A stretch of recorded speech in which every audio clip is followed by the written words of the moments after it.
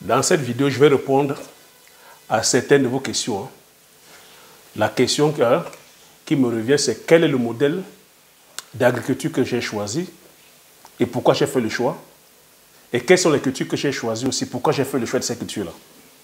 Donc c'est ce que je vais devoir partager ici avec vous. Donc je vais vous demander de rester bien concentré, de bien vous asseoir, de prendre par exemple un verre d'eau. Pour nous qui sommes ici au niveau, c'est-à-dire que l'Europe, précisément la France, il fait chaud. Donc prenez un verre d'eau avec vous. Et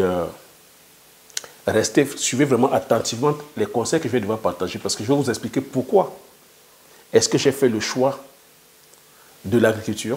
Déjà, je vais déjà parler pourquoi j'ai fait le choix de l'agriculture. Pourquoi est-ce que j'ai fait le choix du modèle d'agriculture que je pratique et pourquoi avoir fait le choix de ces spéculations-là, de l'agriculture que je partage quotidiennement ici avec vous. Donc, bonjour, bienvenue sur la chaîne. Si vous me découvrez pour la première fois, je m'appelle Thierry Toukou. Sur cette chaîne, je parle d'agriculture, je parle d'élevage, je parle d'entrepreneuriat, je parle d'investissement. Le but de la chaîne est ici en fait de valoriser et de vulgariser nos produits terroirs africains. Si j'ai créé la chaîne, c'est en fait de partager mes astuces et techniques, de partager mon mindset, en fait, de dire, dans tes réalisations, soit dans tes futures réalisations. Donc, c'est les thématiques qui te parlent. N'hésite pas de t'abonner en appuyant sur le petit bouton rouge, en validant la cloche, afin de ne pas manquer plusieurs vidéos que diffuse la chaîne en 20 dit. Je vais te demander aussi de mettre le pouce, afin que l'algorithme YouTube puisse partager cette vidéo à plusieurs d'entre vous. J'insiste beaucoup de mettre le pouce. Je sais que vous regardez la vidéo, des fois vous omettez de mettre le pouce. De laisser aussi un commentaire, parce que tout ça, c'est les politiques internes de YouTube. C'est comme ça que l'algorithme fait, en fait, de pouvoir authentifier justement la qualité de la vidéo et partager à un plus grand nombre. Quand je dis de mettre le pouce, ce n'est pas qu'on me paye par rapport à ça. Hein. Il n'y a pas d'argent. Et on ne va rien prélever dans ton compte. C'est de mettre le pouce afin que l'algorithme YouTube puisse partager la vidéo à plusieurs d'entre vous. Vous êtes plusieurs à aimer, c'est-à-dire que le contenu que je partage, mais je sais des fois que lorsque vous êtes captivé comme ça par rapport au contenu, vous oubliez de faire ce petit geste qui ne coûte rien du tout, qui est de mettre le pouce et des fois de faire le commentaire. Si vous avez aimé, si ça vous a plu, ou pas, ou de mettre des suggestions. Une fois que j'ai partagé tout ça, je vais donc rentrer dans le vif du sujet. Si c'est ma venue sur YouTube, comme j'ai coutume à vous dire, je ne suis pas youtubeur. Je ne suis pas influenceur. Si je viens sur YouTube, c'est parce que je viens véhiculer un message. Je suis entrepreneur. Je suis agripreneur précisément. Donc, je suis dans le domaine agro-pastoral. Je viens partager justement mes compétences, je viens partager mon expérience, je viens partager les résultats que j'ai obtenus sur le terrain. Je viens aussi vous dire qu'il y a une façon de faire l'agriculture. Je ne suis pas en train de dire ici que on vient révolutionner l'agriculture. Non, il n'y a rien sur le soleil. Il n'y a rien de nouveau sur le soleil. Je viens plutôt tout simplement dire qu'aujourd'hui, notre agriculture devrait intégrer la science. On a des pratiques. Nos paysans, nos agriculteurs pratiquent l'agriculture, mais ne maîtrisent pas la science. Je viens demander aux acteurs qui présentement, c'est bien, justement, la technologie, par le biais de la technologie, YouTube, les réseaux sociaux, on sait aujourd'hui qu'on peut partager, tu vois, une expérience que je fais. Je peux te dire qu'au travers des réseaux sociaux, des plateformes comme ça, comme YouTube, comme Facebook, partager cette expérience-là à plusieurs d'entre vous. C'est pour ça que j'ai saisi cette plateforme-là. Je profite de cette opportunité afin de venir partager les merveilles. De venir partager les merveilles que regorge notre terroir. Je dis aussi que les enseignements que je partage avec vous, certains peuvent être très déconnectés de ça. Je sais que ce que je dis présentement, ça ne va pas interpeller plusieurs d'entre vous. Mais vous voyez qu'avec le temps, depuis 4 ans, tout ce que je dis se vérifie. C'est là que je ne suis pas ici dans le slogan. Je ne suis pas ici en train de vous dire si est-ce que ce que je suis en train de dire, est-ce que ça marche ou est-ce que c'est une expérience. Je vous dis c'est du concret. Je vais vous dire le domaine agricole, c'est un domaine qui est très vaste. Vaste parce que ça englobe comme ça plusieurs contingences. Ça englobe plusieurs, c'est-à-dire que voilà, économies. Et qu'il faut comprendre que dans le domaine agricole, c'est le secteur, comme j'ai coutume à vous dire, le plus rentable au monde. Mais pour aller, c'est-à-dire que justement exercer dans le domaine agricole, il faut certains prérequis. Ça demande la formation. Ça demande de se former, ça demande de se documenter. Ça demande beaucoup d'exercices pratiques, pratico-pratiques. Ça demande de l'observation parce que c'est la nature en fait. On ne fait pas l'agriculture les slogans.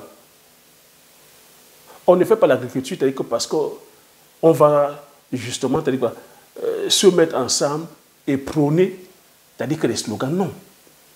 L'agriculture, c'est la science. L'agriculture, c'est l'observation, c'est la pratique.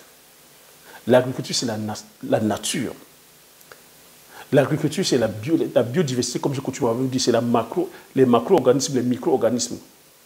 L'agriculture, c'est-à-dire que c'est tout ce qui concerne, c'est-à-dire que la faune, la fleur. L'agriculture se doit naturelle, j'ai coutume à vous dire, on produit avec du vivant. Moi, c'est ça qui m'a amené à aller justement choisir le modèle que je vais partager avec vous. Et c'est ça qui m'a amené aussi, c'est-à-dire qu'à aller choisir certaines cultures. Oui, l'agriculture, c'est économique aussi. On ne va pas produire uniquement pour le plaisir de produire. On n'est pas dans le social. Du moins, lorsqu'on a choisi l'agriculture comme source de revenus, on ne va pas produire pour le social. Donc il faut comprendre ici qu'il y a plusieurs enjeux qui entrent en jeu sur la tautologie.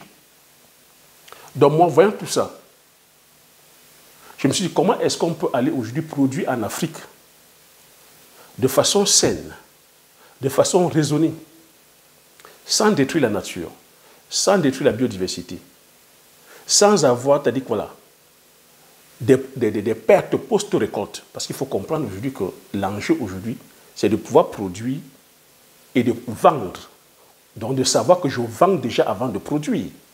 Le tout n'est pas de produire, mais le tout c'est de vendre avant de produire. Donc ça demande ici de savoir cibler, c'est-à-dire que c'est la spéculation.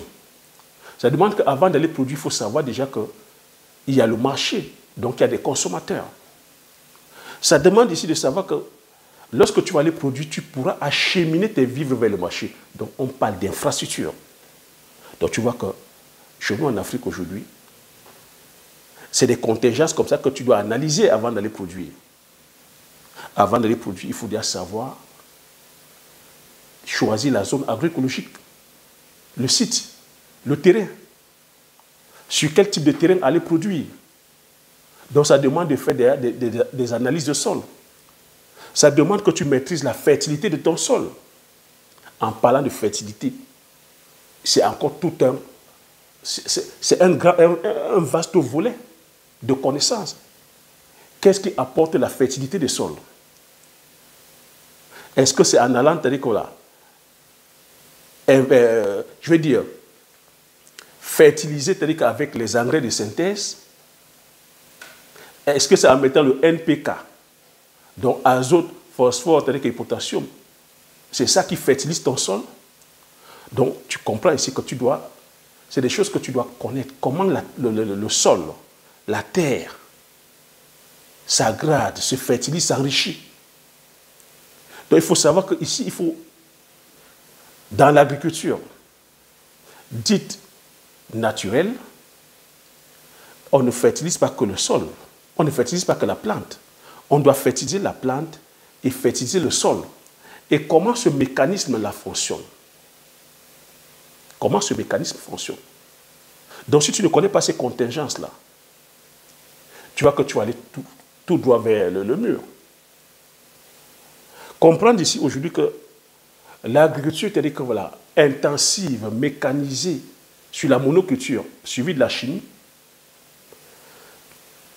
c'était bien à une certaine époque. Dans les années 1950, au sortir de la Deuxième Guerre mondiale, ça avait un certain succès. Mais cette pratique-là, au bout de plus de 70 ans aujourd'hui, c'est en train de montrer ses limites. Mais est-ce que l'agriculture a commencé, tel que l'agriculture aujourd'hui a commencé à partir des années 50? Non. L'agriculture, c'est le plus vieux métier au monde. La nature, c'est-à-dire qu'on nous a pas attendu, on a des arbres qui sont comme ça millénaires. L'univers s'est créé quoi? Il y a plusieurs, c'est-à-dire que milliers et millions d'années. Il y a plusieurs milliers et millions d'années. Mais nous découvrons l'agriculture chimique. Nous découvrons l'agriculture industrielle dans les années 1950. Il n'y a pas plus de 60 ans ou 70 ans. Mais en plus de à une fourchette de 70 ans, on a détruit, c'est-à-dire que nos sols, comparativement à nos ancêtres, quand tu remontes le temps des Mayas, eux, en plus de 500 ans d'agriculture, nous, en 50 ans d'agriculture, on a détruit, c'est-à-dire que la matière organique ici, c'est 70%, je veux dire, c'est 10% d'épaisseur, tu vois. Quand on dit matière organique, c'est l'humus, c'est 10%, 10 cm d'épaisseur. Donc, comprendre ici que lorsque tu vas faire l'agriculture, ce n'est pas... La chose sur laquelle tu dois te préoccuper, c'est plus à comment nourrir ton sol. Tu vois que là, c'est l'introduction que je fais. Hein. Voilà l'analyse que j'ai faite. Et c'est cette analyse que chaque agripreneur devrait faire avant d'aller se lancer. Tu dois comprendre ici que ton rôle en tant qu'agriculteur ou agricultrice, c'est de nourrir le sol. Ah oui. Toi qui me suis depuis longtemps, quand je dis nourrir le sol, tu dois déjà comprendre. Mais toi qui me découvres pour la première fois, nourrir le sol ici, c'est nourrir, c'est-à-dire que la macrofaune et la microfaune. C'est quoi la macrofaune, la microfaune? La macrofaune, c'est tous les bêtes que tu vois dans ton champ. Donc ton rôle en tant qu'agriculteur, c'est de te rassurer qu'il y a tous ces bêtes-là, dont les escargots, les escoramboles, les mille-pattes, les fourmis, les chenilles, les vers de terre, les champignons, qui sont les mycéliums. Il faut comprendre qu'il y a deux sortes de champignons, je vais venir là-dessus. Tu as les champignons qui sont visibles, qui sont là. Tu as les mycorhizes, qui sont sur les racines des plantes. Tu as aussi, comme ça, c'est-à-dire que tu as les bactéries, dont les bactéries. Et comprendre que dans une poignée de terre, il y a plus d'êtres vivants que d'humains sur Terre.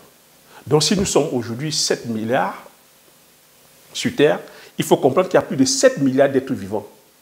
Donc quand je dis fourmis, vers de terre, mille pattes, c'est ce que tu vois à l'œil nu. Mais certains animaux, on ne les voit qu'à l'aide du microscope. C'est là où vient la science. Mais les pratiques, comme j'ai coutume à te dire, il n'y a pas de nouveau tel que sous le soleil. Nos ancêtres avaient déjà des bonnes pratiques. Nos ancêtres faisaient avec la nature. Nos ancêtres savaient nourrir, c'est-à-dire que justement, la macrofaune et la microfaune. Nos ancêtres savaient, c'est-à-dire que justement, nourrir cet écosystème-là. C'est pour ça qu'en Afrique, vous entendez parler de jachère. On a grandi dans ça. J'ai vu mes grands-parents faire la jachère. On ne travaillait pas sur le même terrain que pendant plus d'1 an. Lorsqu'on a travaillé cette année, on laisse cette surface se reposer et on va travailler sur une autre surface. Pose-toi la question, pourquoi? Mais eux, ils avaient cette pratique, eux, ils savaient que c'était pour laisser reposer le sol, afin que le sol puisse s'enrichir. Mais aujourd'hui, avec la science, on sait pourquoi on laisse le sol se reposer. On sait les composants qui font en sorte que le sol s'enrichisse. Note bien ces deux entités. Tu m'entendras toujours te parler des champignons, donc des mycéliums, et je te parlais des bactéries. Oui, les bactéries. Est-ce que tu sais que dans ton organisme aussi, l'organisme est composé de bactéries? Il y a les bonnes bactéries, il y a les mauvaises bactéries. Et sans ces bactéries-là, on ne vit pas. Donc même dans ton sol aussi, il y a des bactéries, il y a des bonnes bactéries, il y a des mauvaises bactéries. Donc je vais appeler ici, il y a des bactéries auxiliaires qui permettent à ta plante, qui permettent justement d'enrichir ton sol. Donc toi, en tant qu'agriculteur aujourd'hui, ce que tu te dois de faire, c'est d'apporter le carbone. c'est d'apporter le carbone. Et le carbone ici, c'est quoi? C'est les arbres qui produisent le carbone. C'est les feuilles, c'est les branches, c'est les racines, c'est les écorces, c'est les légumineuses que tu vas planter qui vont pouvoir aussi, c'est-à-dire que créer la biomasse. Donc, qu'est-ce qui va donc manger que ce carbone-là? C'est les champignons qui vont manger le carbone et c'est les bactéries qui viendront donc minéraliser maintenant ce carbone-là en nutriments assimilables à la plante. Donc maintenant, quand tu sais comment la nature fonctionne, la plante a besoin de quoi? La plante a besoin de l'eau, dont la pluie qui tombe généreusement chez nous en Afrique. La plante a besoin de lumière, donc du soleil. Par le soleil, les plantes font la photosynthèse. Tu vois les feuilles des plantes qui sont derrière moi là, tu vois, ça fait la photosynthèse. Et la photosynthèse qui va créer la sève. Et au travers de la sève, ça nourrit, c'est-à-dire que justement, la plante. Mais ce qui est magnifique, je te dis qu'il faut le champignon. Le champignon, lui, il n'a pas, c'est-à-dire que de feuilles, il ne peut pas faire de photosynthèse, mais lui, par contre, il peut, c'est-à-dire que par ses filaments, aller chercher les nutriments à plusieurs centaines de mètres pour venir alimenter la plante. Donc le champignon fonctionne en symbiose avec l'arbre. L'arbre, qui par ses racines ne peuvent pas aller à plus de 100 mètres, à plus de 200 mètres, à plus de 1 km, chercher que ce soit le phosphore, que ce soit l'eau ou la potasse, ou, je vais dire, le zinc, le cuivre, ces oligo-éléments-là. Donc c'est pour ça que je t'ai parlé aussi. Il y a d'autres champignons, qui sont des champignons qui sont des mycorhizes. Des mycorhizes qui se fixent maintenant sur les racines des arbres. Ces mycorhizes-là aussi ne peuvent pas faire de photosynthèse. Ces mycorhizes se nourrissent de la sève des racines des plantes. En sachant que les mycorhizes, eux, peuvent aller chercher le cuivre, peuvent aller chercher du zinc, du manganèse, du phosphate, et comprendre que le zinc, le cuivre, le manganèse, c'est des nutriments qui sont situés sur la roche-mère.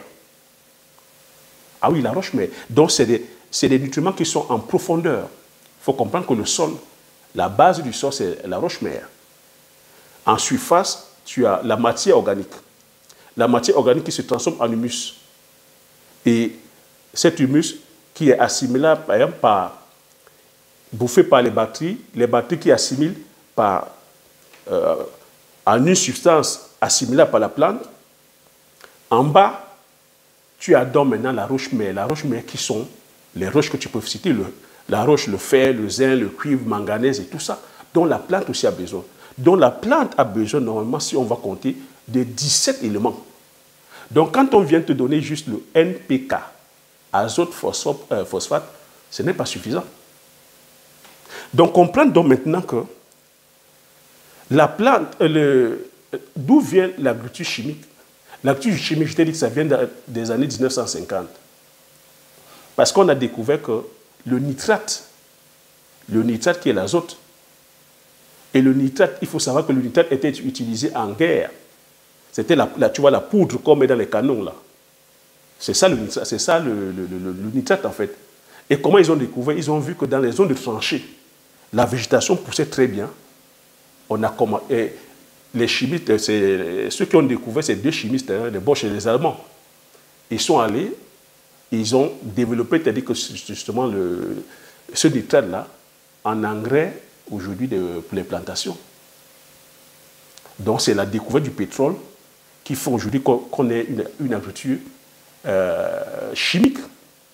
Mais sinon, la nature a toujours fonctionné comme ça. La nature fonctionne en symbiose. Donc, si tu veux, c'est-à-dire qu'aller vers une agriculture qui, je veux dire, durable, une agriculture nourricière, une agriculture qui va te faire payer de l'argent, enfin, une agriculture qui va rentable, une agriculture, je vais dire, qui ne te fait pas, c'est-à-dire que justement dépenser en termes de coûts de production, c'est ce que j'essaie d'introduire ici, c'est comme ça que j'ai analysé. Je suis allé vers le modèle d'agroforesterie, le modèle agro-silvopastorale, si on peut dire, le modèle de permaculture, le modèle d'association de culture. Parce que j'ai compris une chose, qu'avec la nature, quand tu regardes autour de toi, La nature ne nous...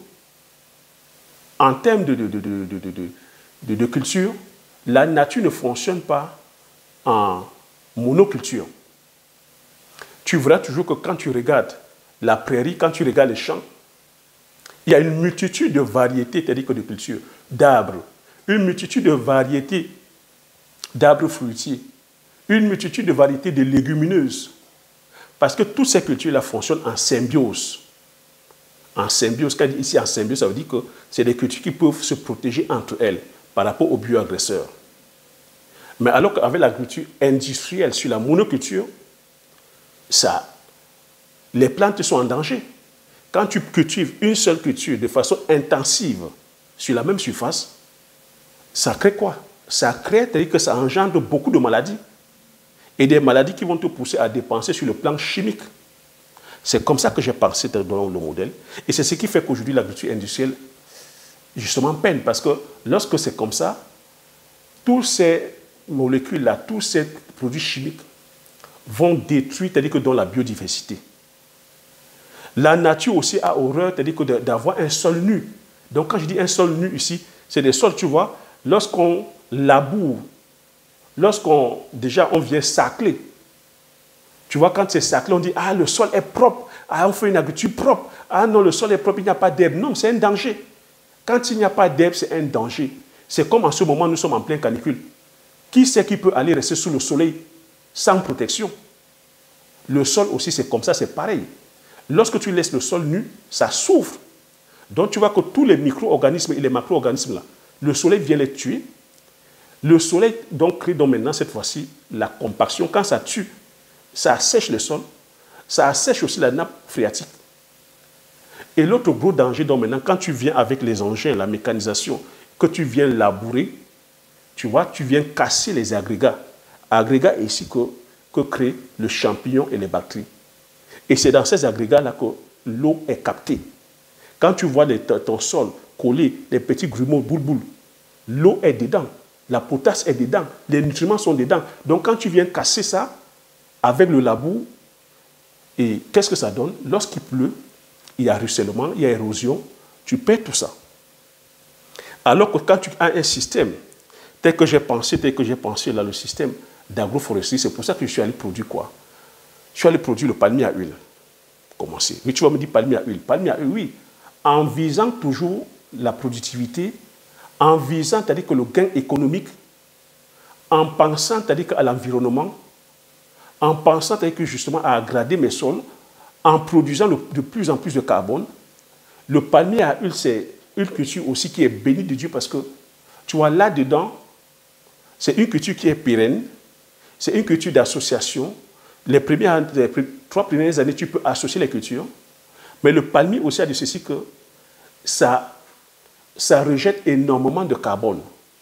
Donc, quand ton palmier est grand, à chaque fois que tu viens élaguer, les palmes, c'est-à-dire que tu vois les palmes qui vont au sol, enrichissent la macrofaune et la microfaune.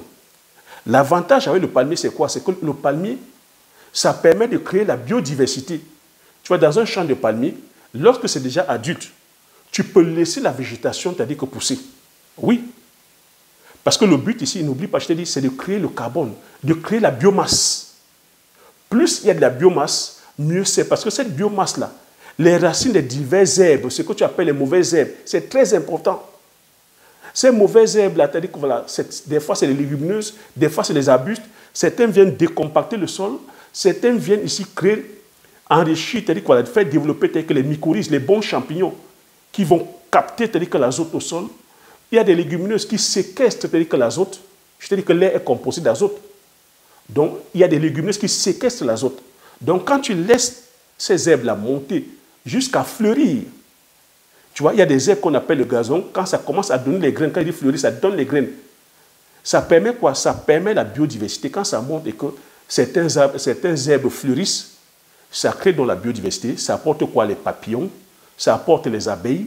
Tu connais le rôle des abeilles. Les abeilles qui vont venir polliniser, c'est-à-dire que ton palmier, tes cultures. Ça crée, c'est-à-dire que ça apporte des sauterelles, des grillons. Les grillons qui vont aller faire des galeries dans le sol. Ces galeries qui vont apporter la porosité, qui vont aérer ton sol, qui vont permettre à ce que l'eau s'infiltre, qui vont permettre aussi à ce que l'oxygène pénètre dans ton sol, qui vont permettre à ce que ton sol soit bien drainé, soit meuble. Ça va entraîner comme ça, c'est-à-dire que voilà, beaucoup de biodiversité, certains rats, les agoutis, les mammifères qui pourront venir dans cette biomasse donner la vie. Oui, les serpents aussi, oui, les serpents vont se développer, vont pouvoir, c'est-à-dire aller faire la vie. Beaucoup, c'est-à-dire que d'animaux vont pouvoir, c'est-à-dire que justement, se procréer. C'est comme ça qu'on fait pour créer la biodiversité. Au bout de 4 mois, 5 mois, tu peux venir défricher. Une fois que tu as fauché dans ces herbes-là, tu vois que tu as eu une bonne biomasse. Sur 1 hectare, tu peux avoir comme ça, même 20 tonnes, même 25 tonnes de biomasse. Cette biomasse qui va rentrer, aller maintenant nourrir encore la macrofaune, ça va nourrir quoi? Les champignons, parce que ce sont les champignons qui vont venir décompacter, qui vont venir bouffer, broyer la biomasse. C'est les bactéries, c'est les mille-pattes, c'est les fourmis. Chaque personne va jouer son rôle et les bactéries viendront donc minéraliser ces clones-là. Parce qu'il faut comprendre que quand les bactéries, les champignons broient, les mille-pattes vont bouffer, les mille-pattes vont chier, les fourmis vont manger, c'est-à-dire qu'ils vont déféquer, les scorpions, les scoromboles, tous ces insectes-là, les escargots, chacun va bouffer et va déféquer. C'est maintenant, c'est ça autour des bactéries de venir minéraliser. Minéraliser maintenant, ça veut dire quoi? Transformer cette matière organique en matière assimilable par la plante. Et le rôle du ver de terre maintenant, c'est quoi? Le rôle du ver de terre, lui, il va aller créer des galeries en profondeur, parce qu'il y a des vers de terre qui sont en surface, d'autres qui sont en profondeur, va aller créer des galeries. Et tu sais que dans le sol, pour toi qui as un sol sableux, tu sais qu'il y a plusieurs types de sols. Il y a des sols sableux, il y a des sols sableux limoneux, il y a des sols argileux, il y a des sols calcaires. C'est le ver de terre qui joue dans ce rôle-là. C'est lui qui brasse, en allant en profondeur, c'est lui qui crée le complexe argilo-humique. Il va aller prendre le sable, qui va aller brasser avec l'argile. Et il n'y a que le ver de terre qui peut faire ça. Et chez nous en Afrique, c'est les termites. C'est pour ça que quand tu vois les termites, ne les détruis pas. C'est important, les termites. Ce sont eux qui font aussi le rôle de brassage. Parce que dans l'organisme du ver de terre, il a ce système-là qui peut, c'est-à-dire que lier le limon et le sable, lier l'argile et le sable, et ça donne le complexe argilo-humique. Donc, si tu n'as pas, c'est-à-dire que ce mécanisme-là, tu vois que tu seras dépendant uniquement des produits, c'est-à-dire des synthèses, des produits chimiques. Donc, l'arbre, maintenant, dans tout ça, c'est quoi? L'arbre, avec ses racines, va perforer, va justement aussi aérer, va séquestrer, c'est-à-dire que l'azote. Donc, tu vas fonctionner comme ça en circuit fermé. C'est comme ça que j'ai pensé ce modèle. Le palmier à huile joue dans ce rôle-là. C'est pour ça que j'ai fait le choix du palmier à huile. Tu vois que le palmier à huile, comme je te dis, ça vient créer la biodiversité. C'est une culture qui est, je vais dire, qui est pérenne. C'est une culture qui est durable. Parce que tu vois que là-dedans, ça fait fonctionner, c'est-à-dire que l'écosystème, tout l'écosystème. Et produire l'huile de palme aujourd'hui, c'est, comme j'ai dit, c'est venir enrichir sur le plan, c'est-à-dire que voilà, culinaire, ben, le pays ou l'Afrique, on ne peut rien faire aujourd'hui sans huile de palme. Donc le côté bénéfique de l'huile de palme aussi, c'est que c'est une culture qui est hautement rentable. C'est la seule huile oléagineuse qui produit la plus à l'hectare. C'est 35 tonnes l'hectare en culture, en produits frais. C'est plus de 4000 litres, plus de 4 tonnes d'huile. Et que l'huile de palme aujourd'hui entre dans toute... C'est la seule huile oléagineuse la plus consommée au monde. Ça entre dans l'industrie cosmétique, l'industrie agroalimentaire, l'industrie des biocarburants. On peut te dire que c'est une culture aussi qui a plusieurs produits dérivés. Mais ce qui est génial encore là-dedans, c'est, j'ai dit, il ne faut pas aller produire n'importe comment. Il faut aller produire en pensant à la transformation. L'avantage de l'huile de palme aussi, c'est que c'est une culture qui n'est pas périssable. Une huile de palme comme ça, produite là, tu peux la conserver pendant 2 ans. Parce que c'est ça aussi le danger que nous avons. J'ai dit, le grand danger, c'est que nous avons des produits qui périssent. C'est comme ça que j'ai réfléchi. On a 50% des produits qui périssent post-récolte. Pour des raisons que j'ai citées là-haut. Parce que, c'est-à-dire que justement, manque d'infrastructures, on n'a pas de bonnes routes, manque de logistique, il n'y a pas de voitures. On va produire des fois à plus de 200 km, 300, 400 km des lieux de vente. Pour faute de conservation, on n'a pas aujourd'hui les moyens ou la technologie pour nous permettre de conserver les cultures. Pour faute de transformation, parce que nous n'avons pas des industries, parce que nous ne sommes pas autonomes sur le plan énergétique. Tu vois, c'est comme ça que je le fais. L'huile de palme, aujourd'hui, quand tu la produis, tu peux conserver cette huile-là pendant 2 ans. Ça ne tourne pas. Et que là, derrière, il y a un marché. Et que dans la production, dans le secteur palmier à huile, c'est structuré. Quand je dis structuré, ça veut dire que l'État suit, et il y a des organismes, et il y a aujourd'hui c'est structuré en termes de coopératives. Les prix aussi, c'est-à-dire que sont structurés, sont bien homologués. Ce qui n'est pas le cas sur plusieurs cultures que nous faisons. C'est ça le grand danger. Que tu aies fait la tomate, le piment, je veux dire le maïs, le soja, tous ces cultures vivrières, les prix ne sont, le secteur n'est pas structuré. Donc ça veut dire que quand tu arrives au marché, c'est vraiment, c'est-à-dire que le loto. Et comme nous produisons tous au même moment, on converge tous nos cultures, c'est-à-dire qu'au même moment au marché, ben, c'est les grossistes qui se font les choux gras. Le producteur n'a que ses yeux pour pleurer parce que c'est des cultures qui sont périssables en fait. Qui sont périssables. Note bien ce que je suis en train de te dire. C'est une masterclass. C'est ce qui fait que beaucoup de personnes échouent. C'est ce qui fait que beaucoup de personnes vont se lancer dans le domaine agricole et viennent dire que non, l'agriculture n'est pas rentable. Parce qu'ils n'ont pas pensé ça. Beaucoup n'ont pas pensé que ils vont produire des cultures qui sont périssables.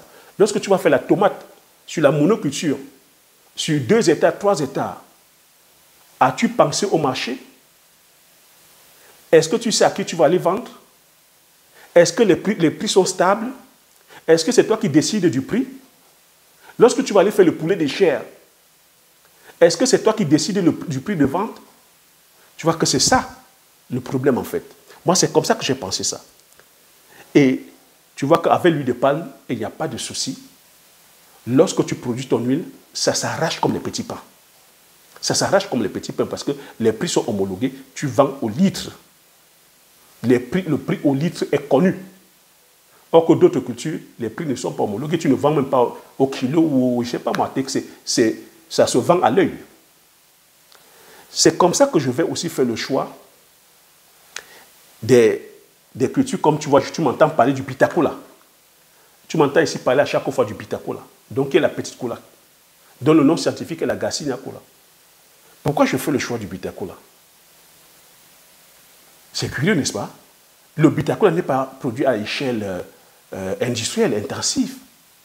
Mais j'ai fait ce choix-là en tant que visionnaire, que je ne vais pas là où tout le monde va. Que c'est des cultures comme ça, voilà, qui sont demandées. Un bitacola aujourd'hui coûte dans les 100 francs. Un bitacola, 100 francs. Un arbre de bitacola peut te produire comme ça 2 sacs. Et un sac, c'est 450 000 francs. Il faut être visionnaire pour comprendre ça. Et je te dis que les arbres ont de ceci, que les arbres créent la biodiversité, que les arbres sont bénéfiques pour notre sol parce que ça apporte le carbone, ça enrichit le sol, ça agrade ton sol. Que les arbres ont de ceci, que lorsque tu as des arbres, ton agriculture est durable. Un arbre peut aller à plus de 200 ans, comparativement à une culture céréalière, je veux dire, à une monoculture céréalière où tu es obligé chaque année de recommencer. Ce n'est pas durable. Et à force de recommander chaque fois, tu détruis ton environnement. Donc c'est comme ça que je fais le choix du bitacola. Je fais le choix du Njiansang. Tu vois que le Njiansang aussi ici, c'est ça, qui est l'ACPI, dont le nom scientifique est le Ricinodon eleutheri. Le Njiansang, sa particularité aussi, c'est que, tu vois, sur le plan de la conservation, tel que c'est là, ça peut rester comme ça 4 ans. Le Njiansang, une fois que tu l'as récolté, l'entrée en production, c'est quoi? C'est 3 ans et demi, 4 ans grand max. Parce qu'avec le système de greffage, aujourd'hui, c'est 4 ans. Une fois c'est entré en production, que tu l'as récolté, c'est à cet état-ci. On peut te cuisiner avec. Conserver comme ça peut rester même 4 ans. Écoute le mindset d'un visionnaire. Pendant que les autres vont aller produire la tomate, vont aller produire les citrons, les pamplemousses, qui sont des cultures qui sont intéressantes, hein? Qui vont aller produire le maïs, le soja, qui vont commencer à paniquer parce que c'est des cultures périssables. C'est des cultures qui, au bout de certains 4 jours, 5 jours, ben ça a tourné. Les bananes, plantains, toutes ces cultures intéressantes là. Mais tant qu'on ne maîtrise pas la conservation ou la transformation, c'est des cultures qui sont périssables, qui sont à risque. C'est pour ça que nous avons 50% de perte post-récolte. Moi, en tant que visionnaire, j'ai fait le choix du Jiangshan. J'ai dit, je vais faire mon Jiangshan. Tu vois, comme ça, tu peux garder ça pendant 4 ans. Mais sans avoir de stress. Mais c'est une culture, c'est une épice qui est hautement demandée. À cet état-ci, là, ça s'arrache. Il n'y a pas de publicité à faire dessus. Ça part comme les petits pains. Maintenant, si tu vas ajouter même encore la plus-value, tu peux transformer tes questions Jiangshan en pâte de Jiangshan. Tu rallonges encore la durée de conservation. Tu peux transformer ça en huile de Jiangshan qui apporte encore la plus-value en huile. Une huile riche en oméga 3, très très riche, plus riche même que l'huile d'olive. Tu vois? Voilà la stratégie encore. J'ai fait, c'est-à-dire que dans les cultures comme le safoutier, tu vois aussi que le safoutier qui donne le safou, mais c'est aussi, c'est-à-dire que fragile sur le plan de la conservation. Ça, je vais te demander, si tu veux te lancer à grande échelle, de penser plutôt à passer la phase de transformation. Tu vois, quand je dis l'mpébé, c'est ça. L'mpébé, cette épice-là, tu peux garder ça comme ça pendant 3 ans aussi. Une fois que tu as planté, que ça entre en production, tu peux garder 3 ans. Les rondelles, pareil, tu peux garder pendant 3 ans. Ça ne périme pas, c'est là. Tu vois? Mais ça aussi, si tu veux ajouter la plus-value, tu peux te dire que les écraser, faire une huile. Tu vois que tu rajoutes encore la plus-value. Mais à cet état-là, tu peux les conserver pendant 2 ans, 3 ans. Je me suis lancé dans la culture du poivre, comme tu sais, le poivre, avec le même mindset. Le poivre, tel que c'est conservé comme ainsi, tu peux le conserver même pendant 4 ans, 5 ans. Ça ne tourne pas. Parce qu'à cette étape-ci, le processus de transformation a été d'affect. Donc tu peux garder à cet état pendant 5 ans. Le but, c'est d'éviter tout simplement que la lumière tape et de garder ça dans des bocaux où la lumière ne pénètre pas. Tu gardes ça comme ça pendant 5 ans. Voilà la stratégie que pour nous, agripreneurs, nous qui sommes en Afrique, on se doit d'intégrer parce que présentement, nous n'avons pas le contrôle sur les chaînes de valeur que j'ai citées. J'ai cité l'énergie, les infrastructures, les routes, les industries de transformation, les machines. Donc on se doit d'aller vers les produits vers lesquels la durée de conservation est longue. Nous n'avons pas le contrôle aussi sur le prix. Quand je dis le prix, ce n'est pas le producteur qui fixe le prix, alors que c'est le producteur qui devait fixer le prix parce que c'est lui qui produit en fait. C'est lui qui sait comment dire que le coût de production est. Mais or que présentement, ce n'est pas lui. Mais avec les cultures que j'ai fixées là, que ce soit le poivre, que ce soit le bitacola, que ce soit le Jiangshan, le mpébé, c'est le producteur qui fixe le prix. Parce que si ton prix que tu donnes n'est pas accepté par le vendeur, par l'acheteur, tu peux garder tes produits. Tu peux garder tes produits. J'ai dit, la durée de vie est de plus de 4 ans. Tu vois, tu ne stresses pas. L'avantage donc avec ça, c'est que comme tu t'es dit, c'est des arbres. Au milieu de ces arbres-là, tu peux donc maintenant produire les cultures vivrières. Tu peux produire le manioc, tu peux produire la patate, tu peux produire l'igname, tu peux produire la banane douce, tu peux produire toutes sortes de légumineuses, tu peux faire du maraîchage. Tu vois qu'avec le système que j'ai fait là, je ne sais pas comment je peux finir pauvre. Vraiment, je ne sais pas. Tu fais ce système, je ne sais pas comment tu peux finir pauvre. Tu vois que tu as tes cultures pérennes de rente qui sont là, sur lesquelles tu ne stresses pas en termes de vente, parce que c'est des produits que tu peux conserver. C'est des produits sur lesquels tu peux apporter la plus-value. Pendant que tu récoltes dans les cultures vivrières, ça te laisse le temps de pouvoir monter une unité de transformation sur le plan du palmier à huile, où tu vas transformer ton huile.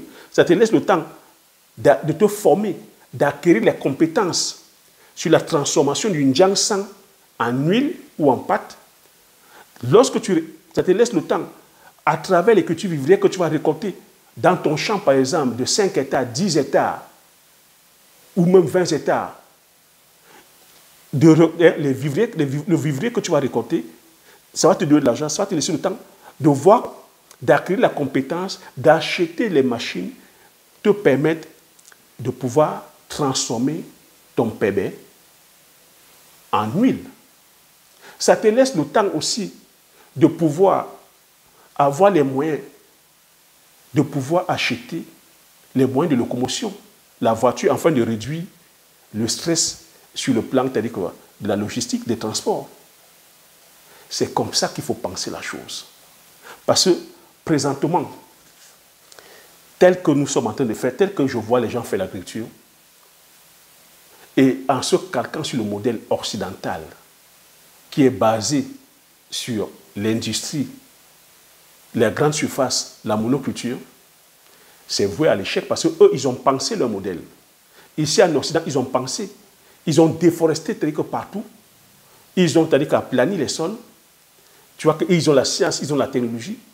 Ils ont les intrants, ils ont les semences, ils ont la mécanisation. Mais même jusque-là, ils sont accompagnés par leurs États, par leur, par leur continent. Les banques les accompagnent. Ils ont le pouvoir d'achat. Mais tout ce que je cite là, est-ce que nous les avons? Mais tout ce que je cite même là, même jusque-là, les agriculteurs occidentaux continuent à peiner. Ceux qui sont dans la monoculture, ceux qui produisent les céréales. Il faut prendre de la graine. Vraiment, celui qui va écouter ça, ou celui qui veut aller entreprendre dans le domaine agricole, se doit de vraiment intégrer ça. Moi, je viens vous partager cette expérience, parce que je vois en ce moment, plusieurs d'entre vous êtes intéressés par le domaine agricole. Je parle ici pour les Africains, parce que je sais que plusieurs d'entre vous me suivent aussi en Afrique. Je vous dis, prenez ces enseignements. Ce que je vous donne là, c'est des connaissances que vous n'avez pas en Afrique. C'est des connaissances qui sont ici en Occident. Même certains agriculteurs, c'est la science, je vous dis, c'est plus de 70 ans de retour d'expérience. Donc pour vous, c'est du pain béni. C'est des enseignements que je devais rendre payants. Je vous ai dit, je ne suis pas youtubeur. Mais c'est une chance énorme que je vous donne. Moi, je viens valoriser les produits du tiroir. Je viens vous dire à la base que je vais bientôt sortir avec ma marque de poivre, ma marque sur les produits que je consomme. Donc, c'est du donnant-donnant. C'est du donnant-donnant. Je viens dire aussi à certains youtubeurs, j'ai vu que vous êtes intéressés par le domaine agricole. Prenez de la graine. Tous ceux qui vont se lancer vers la monoculture de façon intensive vont droit vers le mur, pour les raisons que j'ai citées. Et ce que je suis en train de dire ici, ça vaut pour l'élevage aussi. Tous ceux qui vont aller faire poulet de chair de façon intensive, uniquement poulet de chair, je sais comment ça va finir. Tous ceux qui vont aller faire poule pondeuse intensive, que ce soit 100 000, 20 000, 150 000, je sais comment ça va finir. Je sais comment ça va finir. Je te dis juste une chose. Tu fais 100 000 sujets de poulet de chair et que tu sois attaqué par la grippe aviaire, comment tu fais pour te relever? Tu fais 100 000 sujets de poulet de chair dans un marché aujourd'hui qui n'est pas structuré. Comment tu fais pour les vendre? Tu vends à qui? C'est un marché qui n'est pas structuré. C'est l'acheteur qui vient décider à l'œil. Il regarde comme ça et dit non, je prends ça à 1200. Toi, tu as élevé 100 000 sujets. Le coût de production, c'est combien? L'alimentation t'a coûté combien? L'eau t'a coûté combien? Le personnel t'a coûté combien? Les produits phyto, les produits, les vaccins et tout ça, ça t'a coûté combien? Le bâtiment pour construire, c'est-à-dire que ça t'a coûté combien? Et le gars, il vient, il tient ça à l'œil comme ça, il dit non, je prends ça à 1200. Comment tu fais pour t'en sortir? C'est de ça qu'il s'agit. Quand il y a une grippe aviaire et qu'on te demande de tuer tous les 100 000, ça peut être ici les poulets de chair, comme les poules pondeuses, on te dit de tuer tous les 100 000. Tu fais comment pour te relever quand tu n'es pas suivi, quand ce n'est pas, je vais dire, accompagné, quand tu n'as pas de subvention. Aucune assurance ne peut même t'accompagner au pays par rapport à ça. Ça encore, c'est beaucoup de réflexion, c'est beaucoup de connaissances que je donne. Je sais que ça peut donner mal de tête, mais c'est comme ça qu'il faut penser. Moi, c'est comme ça que j'ai pensé avant d'aller me lancer. Je ne viens pas vous partager avec vous des connaissances ici parce que je veux le nombre de vues ou peut-être les thèmes. Ah, élevage de poulet de chair, 150% de rentabilité. Non, non, non, non. On se doit d'être sincère. Tu fais ta rentabilité comment?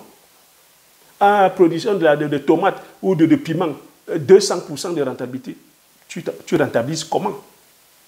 Comment? Avec quel système? Avec quel modèle? Avec quelle pratique? Comment? Donc moi, je viens parler ici aux agriculteurs. Je parle à cœur des agriculteurs parce que je suis d'abord, avant tout, un agriculteur. Je ne suis pas youtubeur. Je ne viens pas faire mes vidéos pour le nombre de vues ou pour le nombre d'abonnés. Ou je ne viens pas vous dire ce que vous voulez entendre. Je viens vous dire ce que je vis sur le terrain. Ce que les agriculteurs et les agricultrices vivent sur le terrain. Je viens vous dire, l'agriculture gagnant, c'est ça. Ce n'est pas l'agriculture des slogans. Ce n'est pas l'agriculture ou le business d'émotion. Mais c'est une agriculture du pratico-pratique, du concret. Et si je viens sur YouTube, c'est parce que je voudrais que ça impacte un plus grand nombre. Parce que vous voyez, quand je mets des thématiques comme ça, je vous ai partagé avec vous le système, comment sur une surface de 2 hectares, générer plus de 200 000 euros. À date, vous avez plus de 90 000 à avoir suivi. Mais si j'avais dit donc, je voudrais faire une formation payante, dans quelle salle de 90 000, dans quelle salle j'allais prendre pour que 90 000 personnes soient dedans? Cette vidéo-là, à date, en moins de 5 mois ou 6 mois, vous êtes 90 000 déjà à regarder cette vidéo. Dans quelle salle j'aurais mis 90 000 personnes? Vous voyez? C'est pour ça que je viens sur YouTube. Mais il faut comprendre que c'est des richesses, c'est des informations que je donne, c'est énorme. Et quand moi je vois, voilà, je partage aussi parce que je vois l'engouement des personnes qui s'intéressent, les youtubeurs qui s'intéressent à l'agriculture et qui se cassent la gueule et qui sont là à changer, qui ne comprennent pas pourquoi. Quand on demande non, c'est parce que l'agriculture est faite avec la houe. Ils sont toujours en train de diversifier, sont aujourd'hui dans plusieurs business, mais ont quitté le business initial qui était l'agriculture. Mais qui ne se questionnent pas, qui ne cherchent pas à comprendre pourquoi. Mais vont tout simplement, afin de pouvoir noyer le poisson, on dit non, l'agriculture, non, c'est parce que ce n'est pas industriel. Non, c'est parce que vous ne faites pas le bon modèle. C'est parce que vous n'avez pas fait le bon modèle, parce que vous n'avez pas réfléchi sur le choix. Donc je fais ça afin de pouvoir aussi, vous voyez que dans le monde des agriculteurs, nous sommes là pour nous serrer les coudes, pour se partager les tuyaux. Je dis à ceux qui ont choisi le modèle agricole de garder le cap, de chercher la science, de travailler avec la nature, de travailler avec l'environnement, de valoriser les chaînes de valeur endogènes, de savoir que ça prend du temps, ce système-là que j'ai dit, imiter la nature, ça prend du temps. Savoir qu'un arbre qu'on plante, c'est des fois minimum 3 ans. D'autres arbres vont à 7 ans, 10 ans. Donc pour imiter la nature, avoir une forêt, ce n'est pas moins de 10 ans. Donc tu vois que ça demande des efforts, ça demande les moyens, ça demande d'être patient, d'être résilient. Donc dans cette stratégie-là, pendant que les arbres sont en train de monter, tu plantes tes légumineuses, afin de pouvoir justement te permettre de tenir le coup sur le plan financier, afin de pouvoir conduire tes arbres. C'est la stratégie, les amis. C'est la stratégie. Donc voilà ce que je voulais partager. Je t'invite aussi à regarder sous la barre de description de cette vidéo-là. Tu verras le lien de bienvenue où je partage avec toi les 10 idées de meilleure culture, ultra rentables à lancer en Afrique. Et ces 10 idées de meilleure culture, c'est de l'agroforesterie. Ce que je viens de partager ici avec toi, je vais encore plus loin. Donc si tu vas aller plus loin, tu cliques sur le lien, je t'attends de l'autre côté, afin qu'on puisse bâtir ton chemin propre à toi. Moi, je te dis que Ndjansan Bitakoula, c'est mon chemin propre à moi. Personne ne me l'a conseillé. Personne d'autre ne fait ça. C'est moi qui suis venu, qui suis en train de vous dire, donner cette culture-là sur YouTube.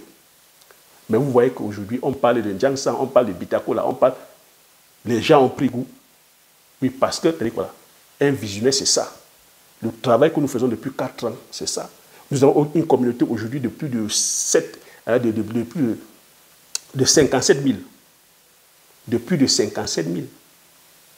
Alors qu'on parlait des produits du terroir. Alors que je partage avec vous, tu vois, de façon authentique. Je parle avec toi sans faire de montage, sans couper. Je parle avec toi. J'accepte mes qualités, j'accepte mes défauts.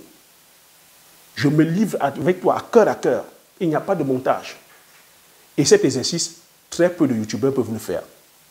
Donc tu vois que je me mets comme ça, j'allume ma caméra, je me mets à parler à cœur avec toi. Parce que tout ce que je sors, ça sort des tripes. Ce n'est pas du fake, c'est pas, je ne cherche pas mes mots.